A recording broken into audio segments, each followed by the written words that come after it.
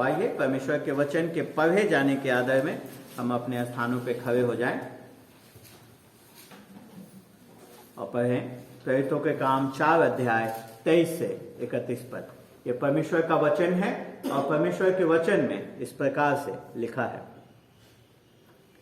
वे छूटकर अपने साथियों के पास आए और जो कुछ प्रधान याजकों और पुरनियों ने उनसे कहा था उनको सुना दिया।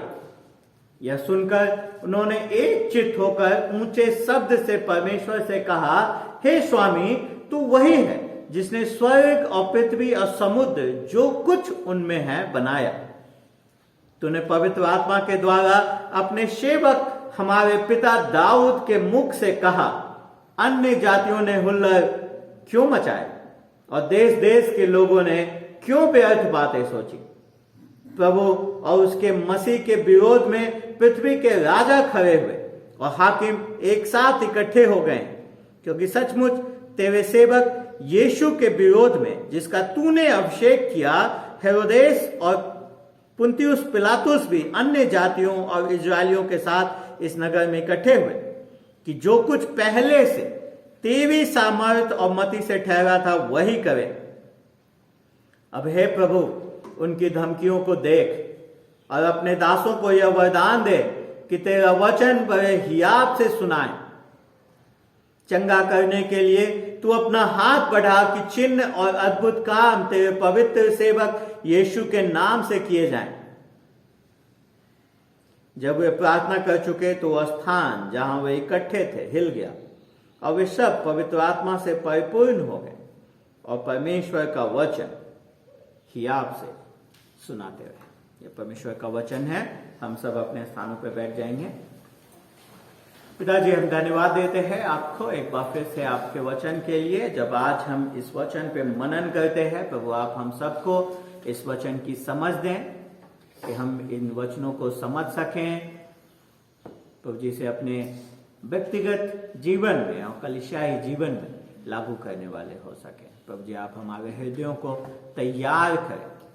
प्रभु जी जब आपके वचन उसमें हमारे कानों में पड़ते हैं, प्रभु जी हम आपके आवाज को सुन सकें, उसे अपने हृदय में ग्रहण कर सकें और प्रभु जी उसके द्वारा हमारा जीवन, हमारे तरीके, हमारे जीवन शैली परिवर्तित होने वाली हो सके। प्रभु जी होने दे कि आपके वचन पे मनन के द्वारा, आपके वचन के सुने जाने के द्वारा, आपके वचन पे के पढ़े जाने के द्वारा हम सब आपके पुत्र प्रभु यीशु मसीह के समानता में आगे बढ़ने वाले हो सके और वो बन सके जो आप हमें बनाना चाहते हैं। यीशु के नाम से आमीन। नया साल 2021 में हम आ गए हैं और देखते देखते जो नए साल का तमाशा है चारों तरफ, वो अब धुंधला पड़ रहा है। सारे लोग इस बात को समझ पा रहे हैं कि नए साल में चीजें उसी रीति से हैं जो पीछे सालों में थी। नए साल में कुछ नयापन अपने आप में नहीं है।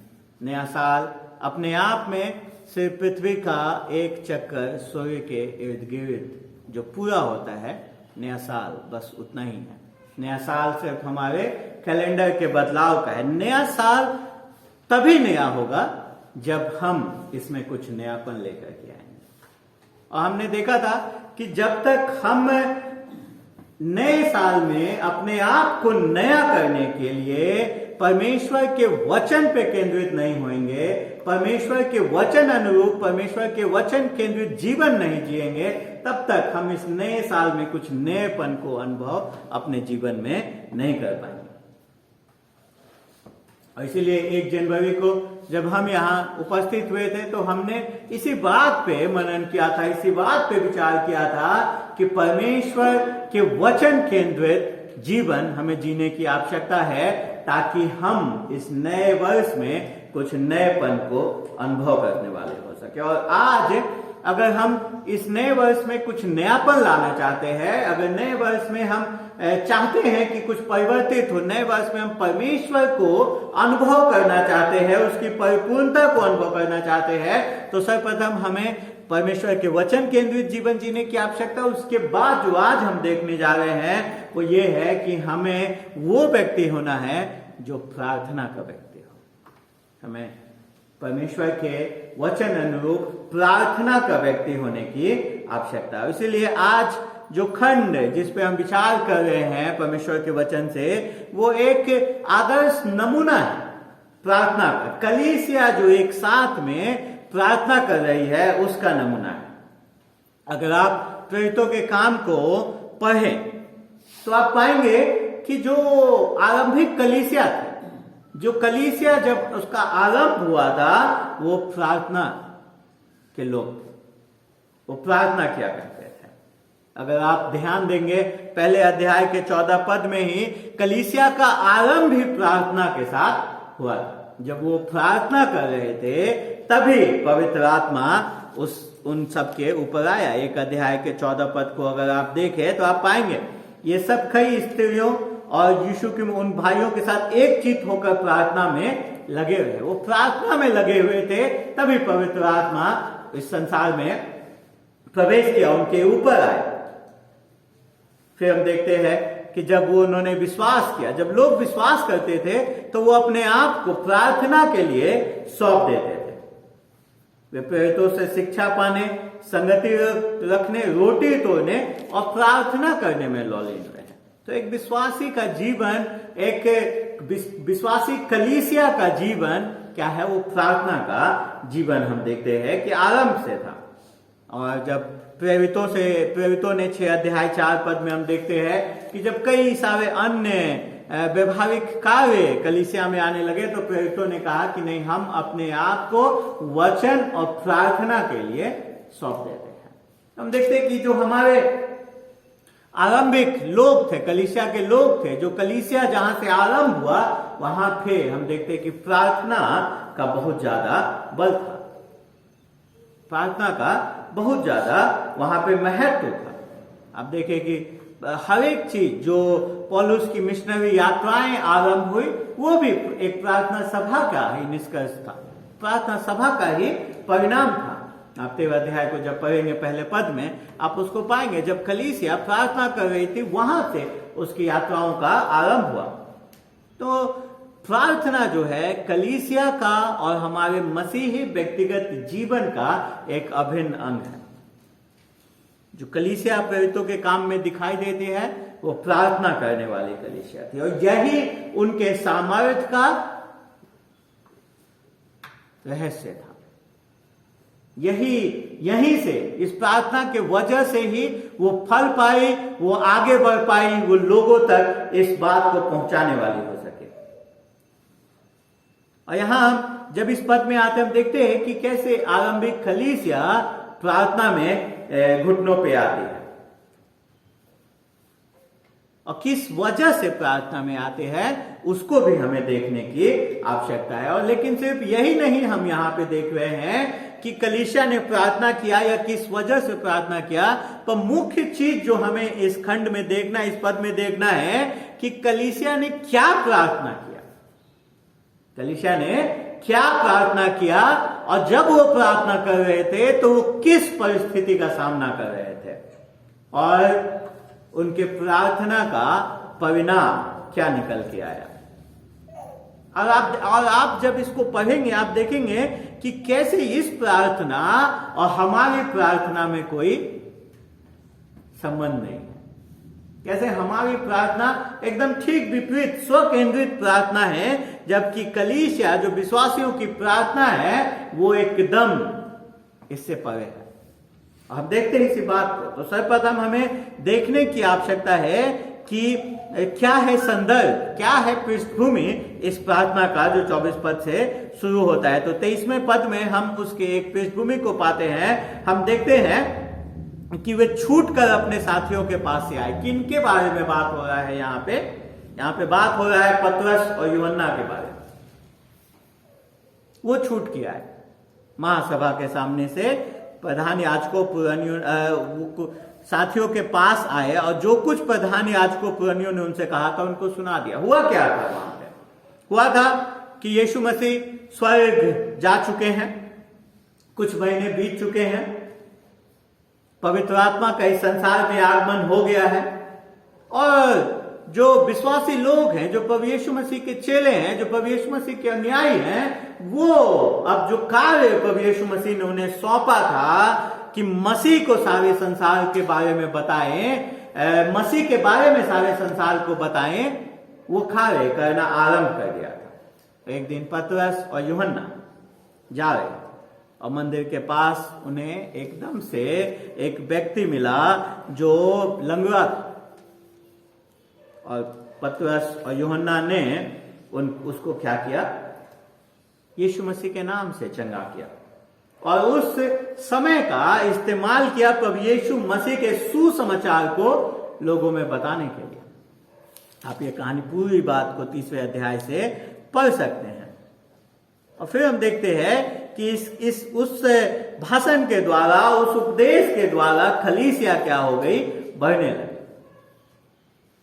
लेकिन इससे जो उस समय के धार्मिक लोग थे, यहूदी धर्म के लोग थे, वो ईर्ष्या करने लगे, डाह करने लगे और उन्होंने पतरस और यूहन्ना को बंदी बना दिया। और लेकिन हम देखते हैं कि पतरस ने फिर से अपने बंदी बनाने के समय का भी इस्तेमाल किया और वो महासभा के सामने जब उपस्थित हुआ तो उसने वहां भी प्रभु यीशु मसीह के सुसमाचार के संदेश को दिया।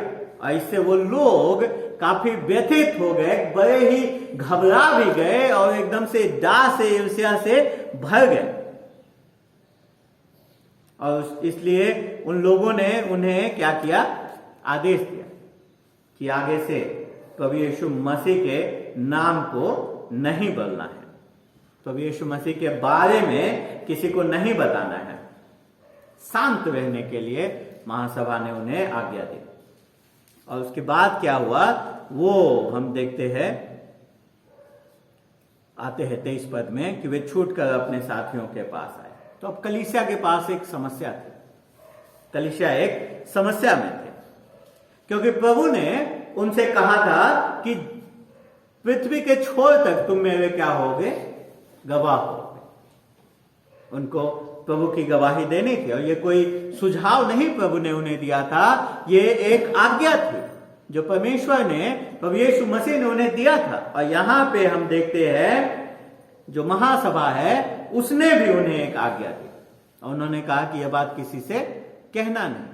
तो एक तरफ प्रभु की आज्ञा है कि ये बात सबको बताओ और एक तरफ जो इस समय के आधिकारिक लोग हैं, जो धार्मिक लोग हैं, उनकी आज्ञा है कि ये बात किसी को ना बताओ, क्योंकि वो भी कोई सलाह नहीं दिए थे, उन्होंने भी एक आज्ञा दी थी, किसी को बोलना नहीं है, यीशु मसीह के नाम से किसी को शिक्षा नहीं देनी है, यीशु मसीह के नाम से बातचीत नहीं करनी है। और जब भी परमेश्वर कुछ कहता है और उसके ठीक विपरीत जो उस समय के आधिकारिक धार्मिक लोग, मनुष्य हैं, वो कुछ कहते हैं तो एक बड़ी समस्या में हम सब आ जाते हैं। और कलीसिया ऐसे ही समस्या में थी। परमेश्वर कुछ कहता है कि ये करना उचित नहीं है, पर इस संसार में समाज कहता है कि जो तुमको खुशी दे वो काम करो। हम सबके पास ऐसे में एक समस्या है कि हम परमेश्वर के वचन को मानेंगे या फिर हम मनुष्य के कथन को मानेंगे।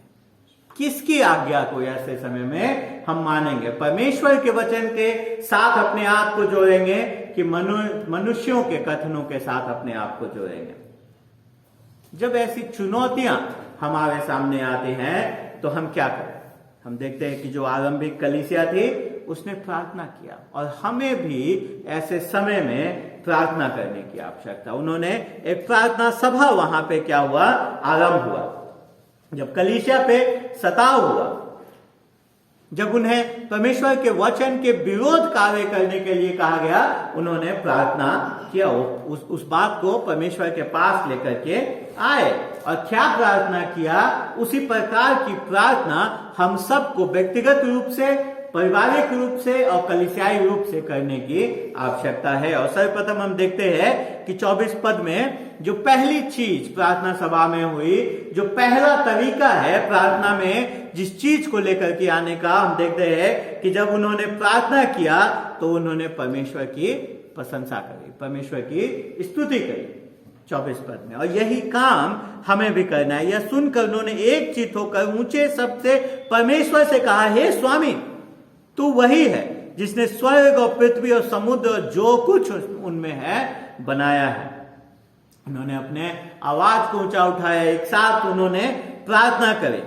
संकट के समय में उन्होंने प्रार्थना किया। क्यों? क्योंकि अगर वो समझ रहे थे कि अगर परमेश्वर इस समय में कार्य न करे तो वो खत्म हो जाएंगे, वो नाश हो जाएंगे। और इसीलिए हमारे सामने भी जब संकट का क्षण आता है तो इससे पहले कि हम कुछ करें, इससे पहले कि हम अपनी ओर से भरपूर प्रयास, हम क्या करते हैं, पहले पूरा प्रयास कर लेते हैं चीजों को नियंत्रित करने का, सुलझा लेने का, अपने हिसाब से कर लेने का। और उसके बाद जब हम देखते हैं कि अब कुछ नहीं, हमसे कुछ नहीं हो पाएगा, तब हम प्रार्थना में जाते हैं। लेकिन यहाँ आरंभिक कलीसिया जैसे ही संकट आया वो सर्वप्रथम प्रार्थना में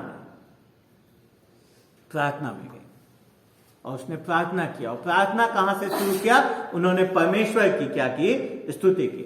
हमें अगर वैसी प्रार्थना करनी है जो परमेश्वर से संबंधित हो, जो परमेश्वर को प्रसन्न हो, तो हमें परमेश्वर की स्तुति के साथ आरंभ करनी चाहिए। वो कहते हैं कि हे स्वामी, क्या से शुरू करते हैं? परमेश्वर के चरित्र को वो इस समय में उसके लिए स्तुति कर रहे हैं। वो कह रहे हैं कि हे स्वामी, स्वामी तो वही है जिसने स्वर्ग और पृथ्वी और समुद्र जो कुछ उनमें बनाया है। तो स्वामी शब्द का वो परमेश्वर के लिए इस्तेमाल करते। कहने का मतलब जो हम कहते हैं कि संप्रभुता है परमेश्वर का, कि परमेश्वर हर चीज को नियंत्रित करता है, उसका अधिकार है सारी चीजों के ऊपर, उस चीज को वो बता रहे हैं।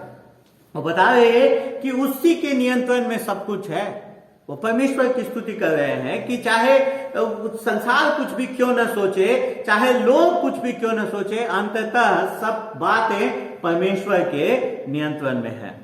इसीलिए वो उसे कहते हैं कि हे स्वामी। और वही नहीं रुक जाते, वो एक और चीज के लिए, एक और चरित्र के लिए प्रशंसा करते हैं कि तू ही ने सब कुछ को बनाया है, जो कुछ इस सृष्टि में है सबको तूने बनाया है। तो परमेश्वर का जो सृष्टिकर्ता के रूप में अधिकार है, उसके लिए वो यहां पे हम देखते हैं कि परमेश्वर की प्रशंसा करते हैं। तो प्रश्न उठता है कि यहां पे क्यों परमेश्वर को ये सब चीजें बता रहे हैं? क्या परमेश्वर भूल गया है कि उसने क्या किया है, वो कौन है, उसने क्या किया है?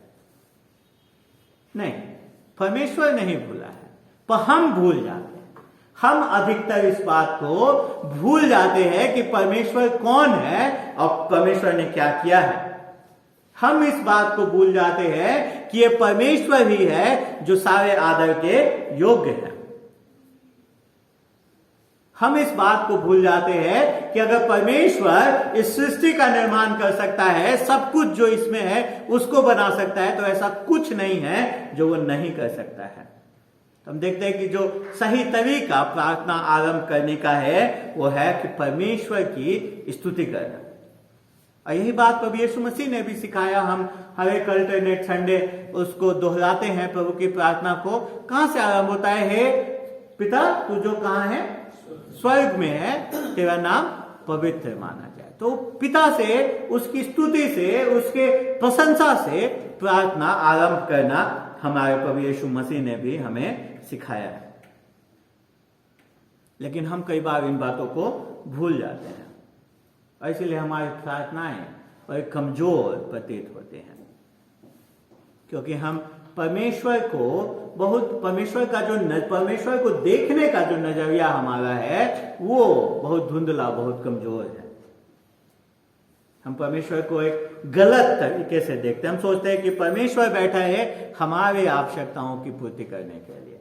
हम जो मांगेंगे हम जैसा कहेंगे वैसा करने के लिए परमेश्वर बैठा है। लेकिन यहां पे हम देखते हैं कि जब आरंभिक कलीसिया के पास इतना बड़ा संकट आया, उसने आरंभ परमेश्वर की स्तुति से की, परमेश्वर की प्रशंसा से किया। और उसके बाद हम देखते हैं 25 से 28 पद में जो दूसरी बात प्रार्थना में वो कहते हैं, जो हमें ध्यान देने की आवश्यकता है अपने प्रार्थना में, वो है कि वो याद करते हैं क्या जो परमेश्वर ने कहा और जो परमेश्वर ने किया है, उन बातों को वो याद करते हैं।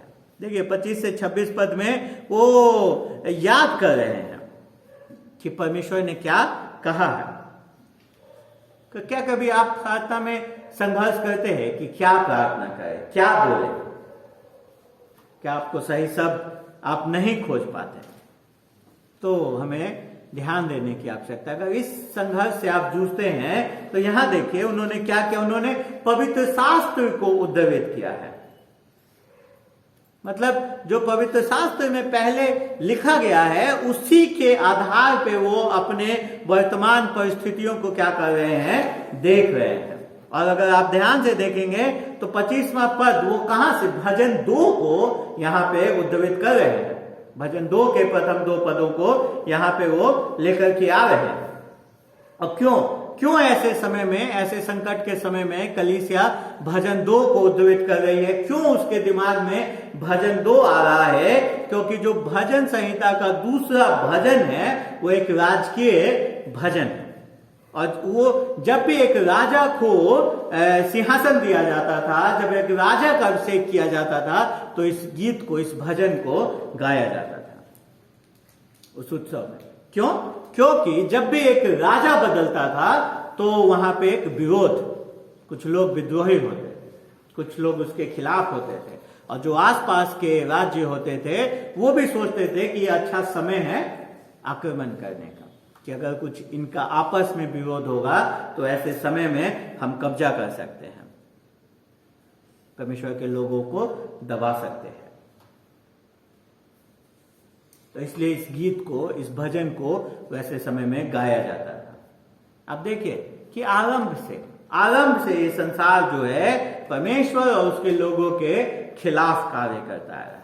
और इसीलिए जो आरंभिक कलीसिया है वो अपने आप को भजन 2 से क्या करती है, जोड़ती है। कहती है अन्य जातियों ने हुल्लड़ क्यों मचाया है और देश देश के लोगों ने क्यों व्यर्थ बातें सोची है। हुल्लड़ क्यों मचाया है? हुल्लड़ जो शब्द है मूल भाषा में, वो घोड़े के, वो उससे जो घोड़ा कई बार हिनहिनाता है जब उसको लगाम डालते हैं, या ऐसे भी वो अपने आप को जब अपने शक्ति को प्रदर्शित करना चाहता है तो जो उसका हिनहिनाना है उस शब्द से है। लेकिन अंततः हम जानते हैं कि कितना भी हिनहिना ले, कितना भी कुछ कर ले, अंततः लगाम किसी के हाथ में है और उसके अधीन होना ही पड़ेगा। और मनुष्यों में भी कोई अंतर नहीं है। कितना भी हुल्लड़ मचा ले, कितना भी समस्याएं उत्पन्न कर ले, कितना भी विरोध लेकर के परमेश्वर और परमेश्वर के लोगों के बीच में आ जाए, अंततः परमेश्वर का राज्य ही, अंततः परमेश्वर का नियंत्रण ही सर्वोपरि होगा। ये जो संघर्ष है वो कोई नया नहीं है। ये मसीह के आगमन से 10,000 वर्ष पूर्व राजा दाऊद के समय में था। तब राजा दाऊद ने इस भजन को लिखा। मसीह के आगमन के बाद आरंभिक कलीसिया के समय में था, इसलिए आरंभिक कलीसिया ने इसको उद्धृत किया। क्योंकि हम जानते हैं कि अगर आप भजन 2 को पढ़ेंगे तो आगे जो पद, यहाँ पे 2 पद को कोट किया गया, लेकिन चौथे पद में वहां परमेश्वर क्या कहता है? परमेश्वर क्या कहता है? हंसता है, उनको ठट्ठों में उड़ाता है। क्यों? क्योंकि वो जानता है कि ये कितनी बचकानी बात है जो ये लोग इस प्रकार के विरोध और इस हुल्लड़ के द्वारा करने की कोशिश कर रहे हैं। इसलिए वो 5वां 6ठा पद दूसरे भजन का आप पढ़ेंगे, कहेंगे वहां परमेश्वर अपने क्रोध में उनको क्या करता है? फटकारता है और कहता है कि मैंने सिय्योन में अपने राजा को स्थापित कर दिया है। अब देख रहे हैं कि जो आरंभिक कलीसिया थी वो क्या कर रही है, प्रार्थना में भी वो क्या कर रही है। जब वो प्रार्थना कर रही है तो सर्वप्रथम परमेश्वर की स्तुति करती है, परमेश्वर की प्रशंसा करती है। उसके बाद जो परमेश्वर का वचन कहता है उसको उद्धृत करती है, उसको याद करती है। पर उधर ही नहीं रुक जाती। 27 और 28 पद में हम देखते हैं कि जो परमेश्वर ने किया है उसको याद करती है, जो परमेश्वर ने किया है उसको याद करती है। वो देखिए वो बात कर रहे हैं, क्योंकि सचमुच तेरे सेवक यीशु के विरोध में जिसका तूने अभिषेक किया, हेरोदेस और पुन्तियुस पिलातुस भी अन्य जातियों इजराइलियों के साथ इस नगर में इकट्ठे हुए। वो यीशु के मृत्यु को याद कर रहे हैं। क्यों यीशु मरा? ये विश्वासी लोग, ये प्रभु के लोग प्रभु को इस समय में एक प्रकार से उस घटना को याद कर रहे हैं और परमेश्वर के नियंत्रण को याद कर रहे हैं। वो याद कर रहे हैं, वो बता रहे हैं क्यों यीशु मरा। क्योंकि हेरोदेस और पुन्तियुस पिलातुस ने आपस में एक संगठन बनाया, आपस में एक सहमति बनाई अन्य जातियों और इजरायलियों से मिल करके। उन्होंने यीशु के खिलाफ षड्यंत्र किया और उसे मार दिया। पर क्या यही यीशु के मृत्यु का कारण था? नहीं। देखिए चर्च क्या कह रहा है, कलीसिया उस समय में क्या कह रहा है 28वें पद में कि जो कुछ पहले से तेरी सामर्थ और मति से ठहरा था वही करे। कलीसिया याद कर रही है यीशु के मृत्यु को, वो याद कर रही है, वो कह रही है कि हाँ यीशु की मृत्यु का में जो हेरोदेस का एक भूमिका है, यीशु के मृत्यु में पिलातुस की भूमिका है, यीशु के मृत्यु में यहूदियों की भूमिका है, यीशु के मृत्यु में हमारी भूमिका है। क्योंकि मेरे पाप के कारण, हमारे पाप के कारण यीशु मसीह को सूली पे जाना पड़ा। लेकिन इन सब के ऊपर कलीसिया इस बात को याद कर रही है कि जो परमेश्वर ने पहले से ठहराया था, ये सब चीजें तभी हुई जो परमेश्वर ने किया, जो परमेश्वर ने पहले से ठहराया था वही चीज वहां पे हुई। यही बात कलीसिया क्या कर रहा है, याद कर रहा है। परमेश्वर ने अपने पुत्र को इस संसार में भेजा था कि वो आए, वो मरे और वो पुनरुत्थित हो, ताकि हम जो अपने पाप में मरे हुए हैं, अपने पाप के कारण परमेश्वर से दूर हैं, वो जीवित हो सकें, वो परमेश्वर के जीवन, उस जीवन को पा सकें जो हमेशा का जीवन है। तो कलीसिया इस बात को याद करे कि ऐसा लगता था कि उसके मृत्यु में भी ये लोगों ने मिलकर उसको मार दिया, लेकिन जो परमेश्वर ने ठहराया था वही वहां पे हुआ। हम अगर प्रार्थना करना सीखना चाहते हैं तो हमको इन बातों पे ध्यान देने की आवश्यकता है। खास करके एक ऐसी बड़ी संकट, बड़ी चुनौती के मध्य में अगर हम प्रार्थना कर रहे हैं तो हमें परमेश्वर के प्रशंसा से प्रारंभ करना है। प्रशंसा करना है इस बात की कि परमेश्वर जो है उसके लिए उसकी प्रशंसा करनी है। फिर हमें याद करना है परमेश्वर ने जो कहा है और परमेश्वर ने जो किया है अपने पुत्र को भेज करके इस संसार में। क्योंकि वो इससे प्रसन्न होता है जब हम उसके वचन और उसके सुसमाचार को याद करते हैं, जब हम जानते हैं कि उसका वचन क्या कहता है, उसका सुसमाचार क्या कहता है, और जब हम अपने विश्वास को उसके साथ खड़ा करते हैं प्रार्थना में। लेकिन वहीं पे वो रुक नहीं जाते। जो अगला कार्य है हम देखते हैं कि वो अब उसके बाद अपने निवेदन को लेकर के आते हैं 29 से 30 पद में। प्रशंसा, याद करना, परमेश्वर ने जो कहा किया, उसके बाद 29 और 30 पद में हम देखते हैं कि वो अपने निवेदन को लेकर के आते हैं। वो मांगते हैं।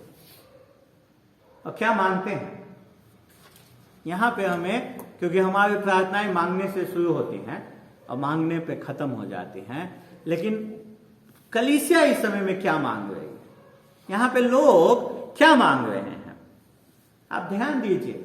ठीक विपरीत मांग रहे हैं जो हम और आप मांगते हैं, उसके ठीक विपरीत मांग रहे हैं। यहां पे कलीसिया ये नहीं कह रही परमेश्वर से कि वो इस चुनौती को हटा दे, ये नहीं कह रहे कि ये संकट खत्म कर दे, नहीं, वो अपने परिस्थितियों में परिवर्तन की मांग नहीं कर रहे हैं।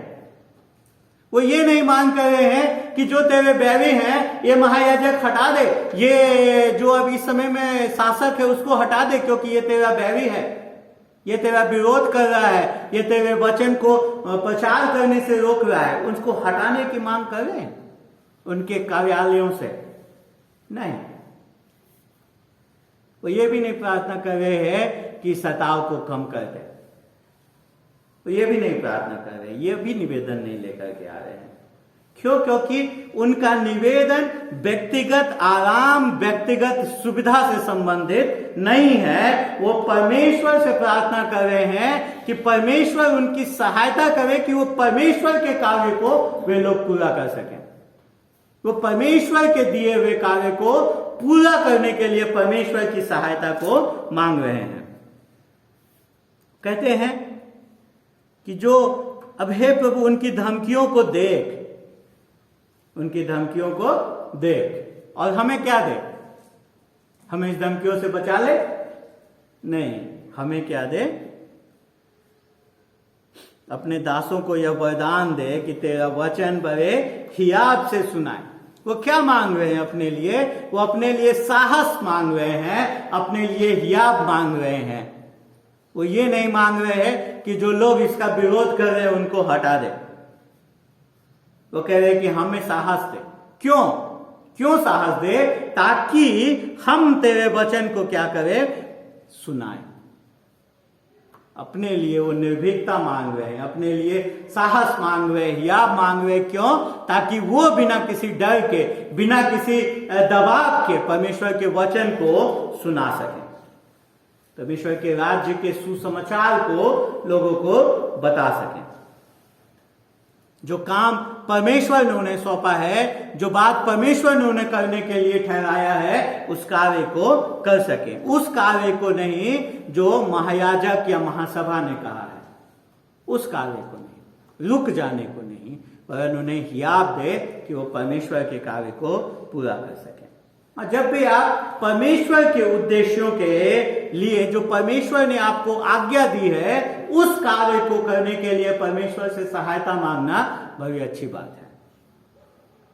और हमें यहां से सीखने की आवश्यकता है। जो ये विश्वासियों की प्रार्थना है, उस प्रार्थना से हमें सीखने की आवश्यकता है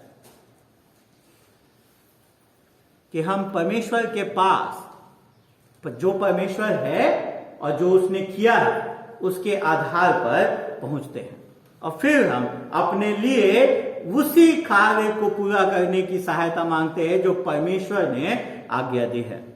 मेरे प्रियो, हमारी प्रार्थनाएं सिर्फ अपने जीवन को आसान बनाने के लिए हो गई हैं कि कैसे भी करके हमारा जीवन आसान बन जाए, हमारा जीवन बहुत ही संघर्षों से दूर का जीवन हो। लेकिन मेरे प्रियो, हमें एक आसान जीवन के लिए, एक सुविधाजनक जीवन के लिए प्रार्थना नहीं करनी है। हमें प्रार्थना करनी है कि हम मजबूत हो सकें, हम मजबूत पुरुष और स्त्री हो सकें, क्योंकि यही आरंभिक कलीसिया ने ऐसे ही प्रार्थना करी। वो कहे साहस दे प्रभु, हमें साहस दे, हमें मजबूत बना कि बिना किसी डर के हम कार्य को कर सके। और उसके बाद वो तीसरा निवेदन लेकर के आते हैं प्रभु के सामने, कहते चंगा करने के लिए तू अपना हाथ बढ़ा कि चिन्ह और अद्भुत काम तेरे पवित्र सेवक यीशु के नाम से किए जाए। वो कहते हैं कि यीशु मसीह के सामर्थ का तू यहां पे क्या कर दे?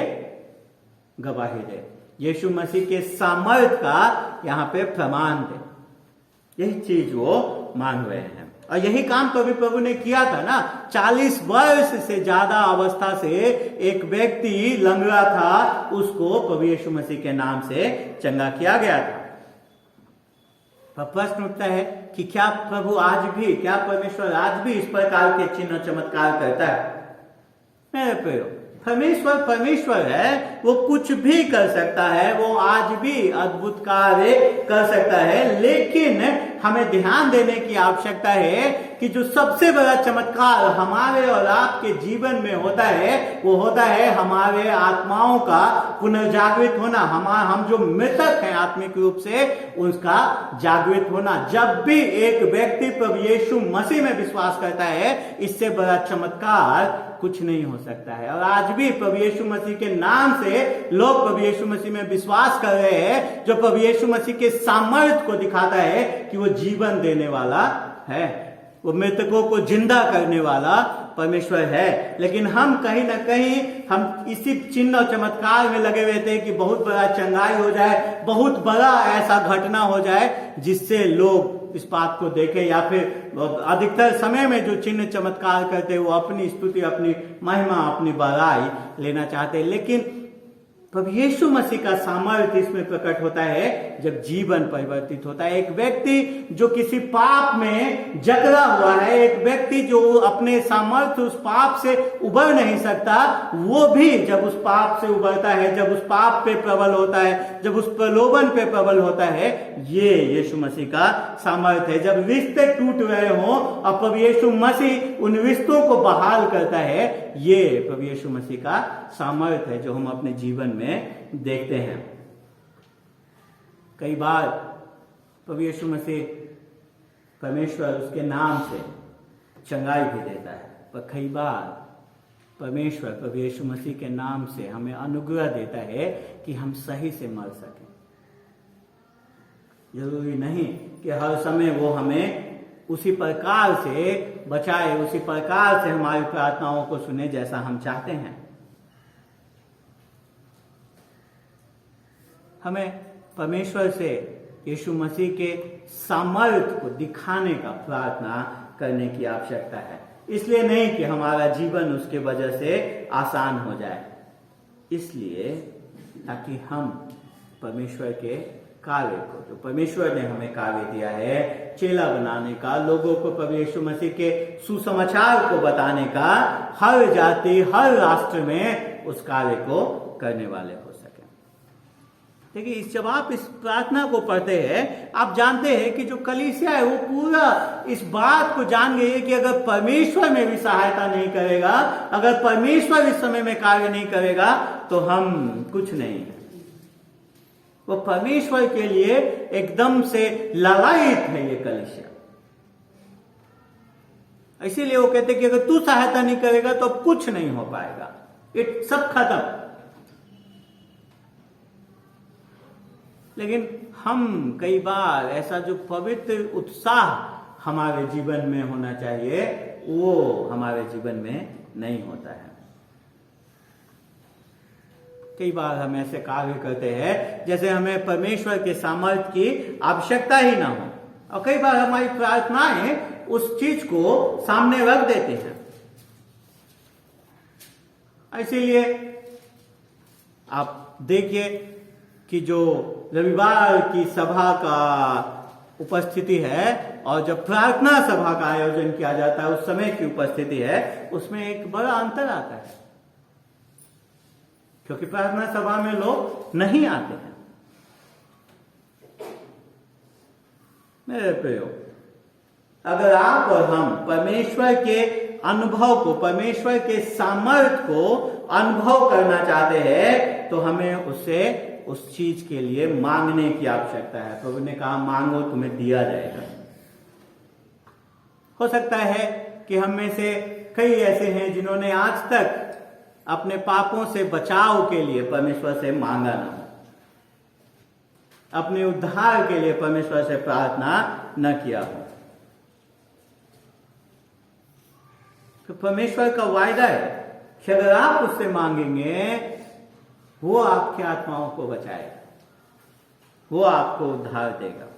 समय है हमारे और आपके पास कि हम इस प्रथम कदम को ले। अगर आज तक हमने नहीं लिया, हम परमेश्वर से मांगे कि परमेश्वर हमें बचाए हमारे पापी स्वभाव से, और सिर्फ वहीं रुक न जाए, अपने उद्धार के लिए ही प्रार्थना हमेशा न करें, वरन उससे हम आगे बढ़ें और प्रार्थना करें कि परमेश्वर हमें जो कार्य दिया है उस प्रकार का जीवन जीने की सामर्थ्य है। हर एक दिन हमें परमेश्वर के सामर्थ्य की आवश्यकता है, उन चीजों से अलग होने के लिए जो उसको पसंद नहीं करते, उन चीजों को करने के लिए जो उसको पसंद करती हैं। इन सब के लिए हमें परमेश्वर के सामर्थ्य की आवश्यकता है। दूसरों पे अपने प्रभाव को लेकर के आने के लिए, लोगों को प्रभु के वचन को बताने के लिए, हर प्रकार के बाधाओं को दूर कर परमेश्वर के वचन को लोगों तक सुनाने के लिए, इन सब कार्यों के लिए हमें परमेश्वर के सामर्थ्य की आवश्यकता है। और वो वहां है, आप मांगेंगे तो आप पाएंगे। तो जब हम प्रार्थना में आते हैं मेरे प्रियो, तो हमें प्रशंसा से प्रारंभ करनी है। जो परमेश्वर है, परमेश्वर के चरित्रों को लेकर के हमें याद करना है जो परमेश्वर ने कहा है और जो परमेश्वर ने किया है। फिर हमें उन निवेदनों को लेकर के आना है जो परमेश्वर के आज्ञाओं को पूरा करने के लिए होंगी, परमेश्वर के दिए हुए कार्य को पूरा करने के लिए होंगे। और उसके बाद 31वें पद में हम देखते हैं कि सब चीज हमें परमेश्वर के हाथ में, जो उसका परिणाम है प्रार्थना का, उसको परमेश्वर के हाथ में छोड़ देने की आवश्यकता है। क्योंकि हर बार जरूरी नहीं कि परमेश्वर जैसा हम चाहते हैं वैसा कार्य करे। आप देखिए कि प्रेरितों के काम 12 अध्याय को जब आप पढ़ेंगे तो हम देखते हैं कि वहां पे हेरोदेस ने याकूब और पतरस दोनों को बंदी बना लिया, ठीक है। और प्रेरितों के काम 12 अध्याय 5 पद कहता है कि कलीसिया ने लौ लगा करके क्या करी, प्रार्थना करी और पतरस बच गया। एक स्वर्गदूत आया, उसने पतरस को जेल से बाहर कर दिया। पर कलीसिया ने तो याकूब के लिए भी प्रार्थना करी होगी उसी प्रकार से। तो याकूब नहीं बचा, वो तो हेरोदेस के हाथों घात किया गया, है ना। तो हम कई बार प्रार्थना में परमेश्वर को इस्तेमाल करने की कोशिश करने लगते हैं, हम अपने हिसाब से परमेश्वर को चलाने का प्रयास करने लगते हैं। हम सोचते हैं कि प्रार्थना वो कुंजी है, वो खिलौना में जैसे कुंजी आप डालते हैं ना, उसके बाद वो खिलौना भागता है। हम सोचते हैं कि वही प्रार्थना है, इसको हम करेंगे, कुंजी घुमाएंगे, फिर परमेश्वर हमारे हिसाब से क्या करेगा, कार्य करेगा। लेकिन मेरे प्रियो, ऐसा नहीं है। हमें याद रखना है कि हम परमेश्वर को विवश करने के लिए प्रार्थना नहीं कर रहे हैं, उससे जबरदस्ती कुछ कराने के लिए प्रार्थना नहीं कर रहे हैं। इसलिए हमें स्तुति परमेश्वर की, चरित्र की, जो उसने कहा, जो उसने किया, उसको याद करना, फिर परमेश्वर के उद्देश्यों को पूरा करने के लिए साहस, परमेश्वर के वचन अनुरूप निवेदन लेकर के आने की आवश्यकता, और फिर अपना सब कुछ, उसका परिणाम परमेश्वर के हाथों में सौंप देने की आवश्यकता है। आप देखिए 31वें पद में हम देखते हैं कि परमेश्वर अपने सामर्थ्य को वहां पे क्या करता है, प्रस्तुत करता है। और वो स्थान सर्वप्रथम क्या हो जाता है, जहां वे प्रार्थना कर रहे थे, इकट्ठे थे, वे हिल गए। वो एक प्रकार से पुराने नियम में हम देखते हैं, उस पुराने नियम के समय में परमेश्वर की उपस्थिति को वो बताते थे। तो परमेश्वर एक प्रकार से उन्हें अपने जो भौतिक उसकी उपस्थिति है उसको वहां पे उन्हें बताता है। वो बता रहा है कि उसने उनकी प्रार्थनाओं को सुन लिया। और उतना ही नहीं, उसके बाद उन लोगों के साथ क्या किया, वे सब पवित्र आत्मा से परिपूर्ण हो गए। वे सब पवित्र आत्मा से परिपूर्ण हो गए और उन्होंने पवित्र आत्मा से परिपूर्ण हो गए। इसका क्या गवाही है, इसका क्या तथ्य है, इसका क्या प्रमाण है कि फिर उन्होंने परमेश्वर का वचन हियाव से वो क्या रहे, सुनाते रहे।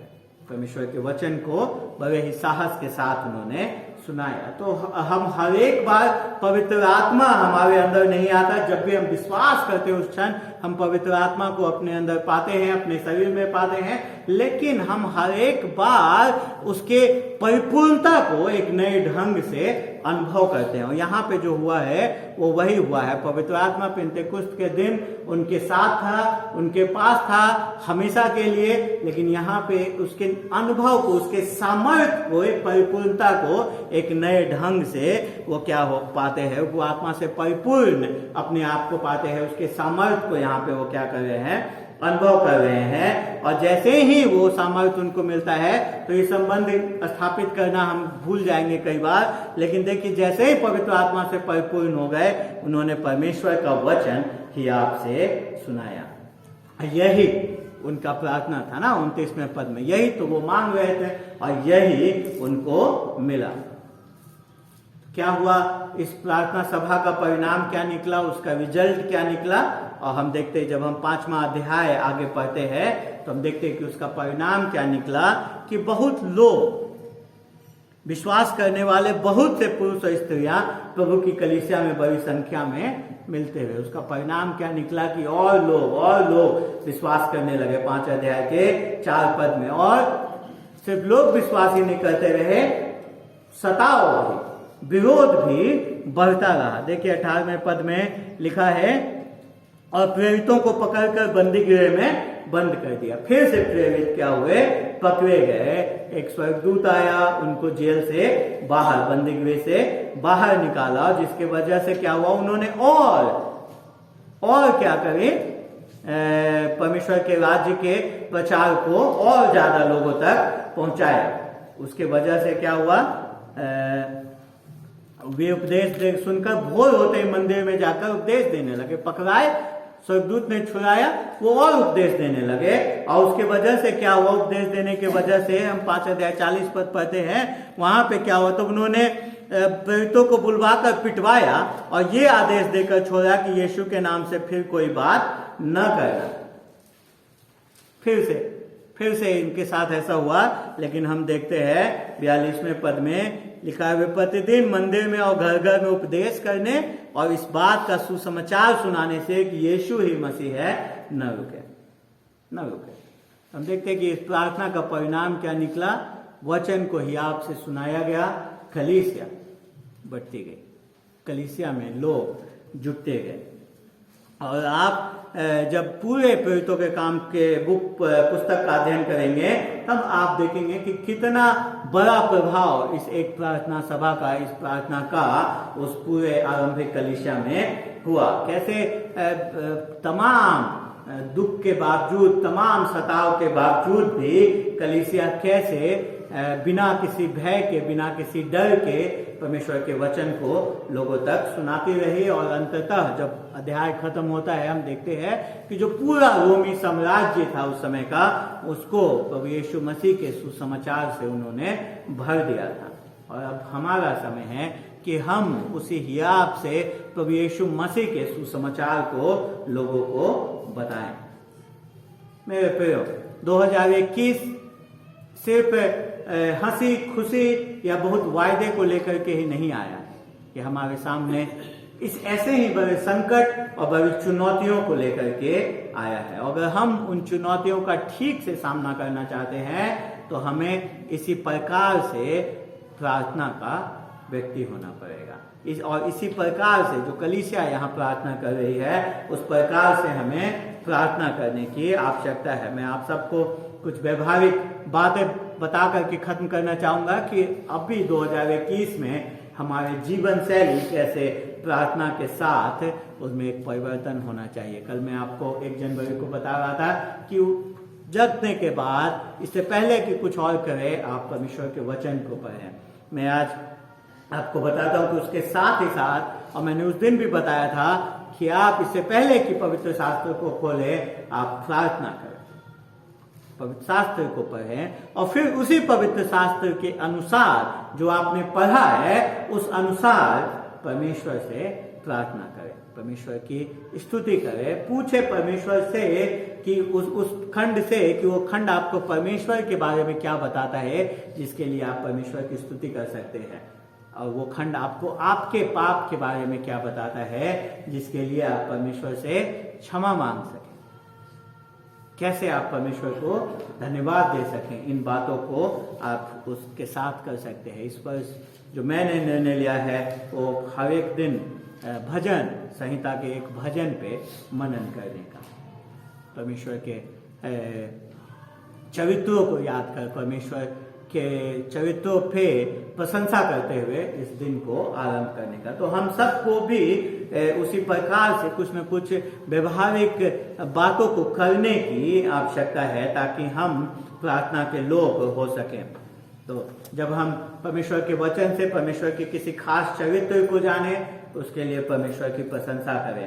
अगर कोई खास आज्ञा हमारे सामने आती है तो अपने आप को उस आज्ञा को पूरा करने के लिए समर्पित करें। अगर परमेश्वर का कोई प्रयोजन, कोई वायदा हमारे सामने आता है तो उसके लिए परमेश्वर को हम धन्यवाद दें। कोई पाप अगर हमारा सामने, उस पद में हमारे पाप हमारे सामने आते हैं तो उसको परमेश्वर के सामने मान लें और उससे दूर होने का प्रयास करें।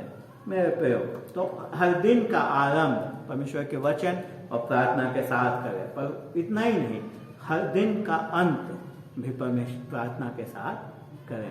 पूरे दिन के बारे में सोचें इससे पहले कि आप सोएं। व्यक्तिगत रूप से दिन कैसा रहा आपका, उस पर विचार करें और परमेश्वर को उस दिन के लिए धन्यवाद दें। कोशिश करें जितनी बातें आप लिख सकते हैं लिखें, ताकि आप भविष्य में भी उन चीजों को संकट के समय में आप देख सके कि परमेश्वर कैसे आपके संग साथ रहा है, कैसे प्रत्येक दिन परमेश्वर ने आपके जीवन में कार्य किया है, कैसे प्रत्येक दिन परमेश्वर ने आपके जीवन में अपने प्रयोजनों को रखा है और परमेश्वर के लिए अपने प्रेम को पुनः प्रकट करें। और ये सब एक बार फिर से वचन के साथ करें, वचन के बाहर कुछ नहीं है। प्रार्थना में भी हम परमेश्वर के वचन का इस्तेमाल करते हैं, परमेश्वर के वचन को उद्धृत करते हैं। उसके बाद प्रत्येक सप्ताह प्रयास करें, यहाँ प्रार्थना के हर एक शुक्रवार हम प्रार्थना के लिए दिन में, द्वितीय शुक्रवार को प्रार्थना के लिए रात में मिलते हैं।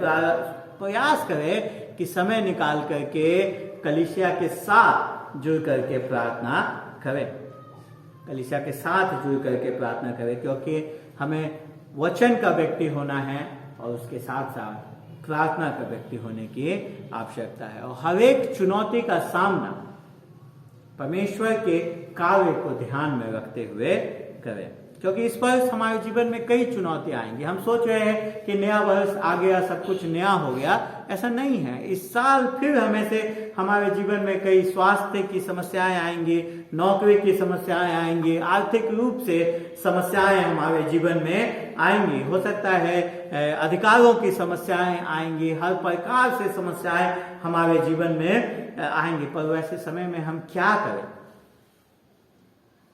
तो आज का वचन जो हमें बताता है कि ऐसे समय में हम उन चुनौतियों का सामना प्रार्थना के साथ करें। उस प्रार्थना को लिए के साथ नहीं जो हम करने के आदी हैं कि प्रभु सब हटा दे, प्रभु सब अच्छा कर दे, पर उस प्रार्थना के साथ कि परमेश्वर के कार्य के लिए, परमेश्वर के बातों के लिए हम अपने जीवन, अपने आसान जीवन के लिए नहीं, वरन प्रार्थना करें कि हम सामर्थ्य हो सके, हम हियाव हमारे पास हो सके, हमारे अंदर निर्भीकता हो सके, ताकि हम अपने उन चुनौतियों के मध्य भी मसीह को लोगों के सामने उजागर कर सकें अपने जीवन के द्वारा।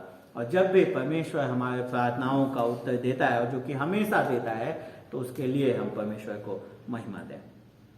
इससे कोई फर्क नहीं पड़ता कि परमेश्वर का उत्तर क्या है। हो सकता है कि हमारे सोचने के विपरीत परमेश्वर का उत्तर हो, लेकिन फिर भी हमें अपने आप को उसके हाथ में सौंप देने की आवश्यकता है। परमेश्वर को उसके लिए धन्यवाद देना है, उसके नाम को आदर देना है, उसकी महिमा करना है कि परमेश्वर ने हमारे द्वारा अपने कार्य को किया है। और यही प्रार्थना करें कि 2021 में परमेश्वर हम में और हमारे द्वारा अपने कार्य को पूरा करें। आइए हम प्रार्थना करें। पिताजी, हम धन्यवाद देते हैं आपको, आपके वचन के लिए धन्यवाद देते हैं प्रभु कि एक बार फिर से आपका वचन हमें बताता है कि कैसे प्रभु जी हमारी प्रार्थनाएं कितनी सतही हैं। और प्रभु जी, जब हम आरंभिक कलीसिया के प्रार्थनाओं को पढ़ते हैं आपके वचन में, जब प्रेरितों के प्रार्थनाओं को पढ़ते हैं, जब हम आपकी प्रार्थनाओं को पढ़ते हैं प्रभु जी, हम देखते हैं कि कैसे हमारी प्रार्थनाएं सतही स्वकेंद्रित हैं। प्रभु जी, होने दें कि इस वर्ष में 2021 में हमारे प्रार्थना के जीवन को भी आप परिवर्तित करें। हमें वैसा प्रार्थना करना सिखाएं जो आपके वचन अनुरूप है, जो प्रभु जी एक आसान जीवन की मांग नहीं करता, परिस्थितियों के बदलाव की मांग नहीं करता, पर मांग करता है कि हम आपके उद्देश्यों के अनुसार जीवन जीने के लिए हमारे अंदर साहस हो सके, उन चुनौतियों का सामना करने के लिए हमारे अंदर साहस, हमारे अंदर निडरता उत्पन्न होने वाली हो सके। प्रभु जी होने दें कि हम इस वचन के अनुसार हमारी प्रार्थनाएं परिवर्तित हो सकें, हमारी प्रार्थनाएं आपके प्रशंसा के साथ शुरू हो सकें, हमारी प्रार्थनाएं प्रभु जी जो आपने कहा है, जो आपने किया है उसको उद्धृत करने वाली हो सकें, हमारी प्रार्थनाएं प्रभु जी उन निवेदनों को लेकर के आने वाली हो सकें जो आपकी आज्ञाओं से संबंधित हैं, उसको पूरा करने से संबंधित है, आपके सामर्थ्य के प्रमाण को मांगने के लिए हम प्रार्थना करने वाले हो सकें। उसके बाद प्रभु जी उसका परिणाम, उसका रिजल्ट प्रभु जी हम पूर्ण रूप से आपके हाथों में सौंप दें। जो आपकी मर्जी हो प्रभु, आप उस प्रकार से उन प्रार्थनाओं का उत्तर दें। प्रभु जी होने दें कि हम इस प्रकार से प्रार्थना करना सीख सकें और प्रभु जी हमारी प्रार्थनाएं प्रभु अपने आप में हम सब के जीवन के लिए आशीष का कारण बन सके। प्रभु जी होने दें कि जो कलीसियाई रीति से हमारी प्रार्थना सभाएं हैं उनमें परिवर्तन आ सकें और प्रभु जी हम सब वो प्रार्थना के लोग हो सकें, सामूहिक रूप से और व्यक्तिगत रूप से। प्रभु जी हम सब कुछ आपके हाथ में सौंप देते हैं। धन्यवाद के साथ प्रार्थना अपने उद्धारकर्ता मुक्तिदाता प्रभु यीशु मसीह के नाम से मांग लेते हैं, आमीन।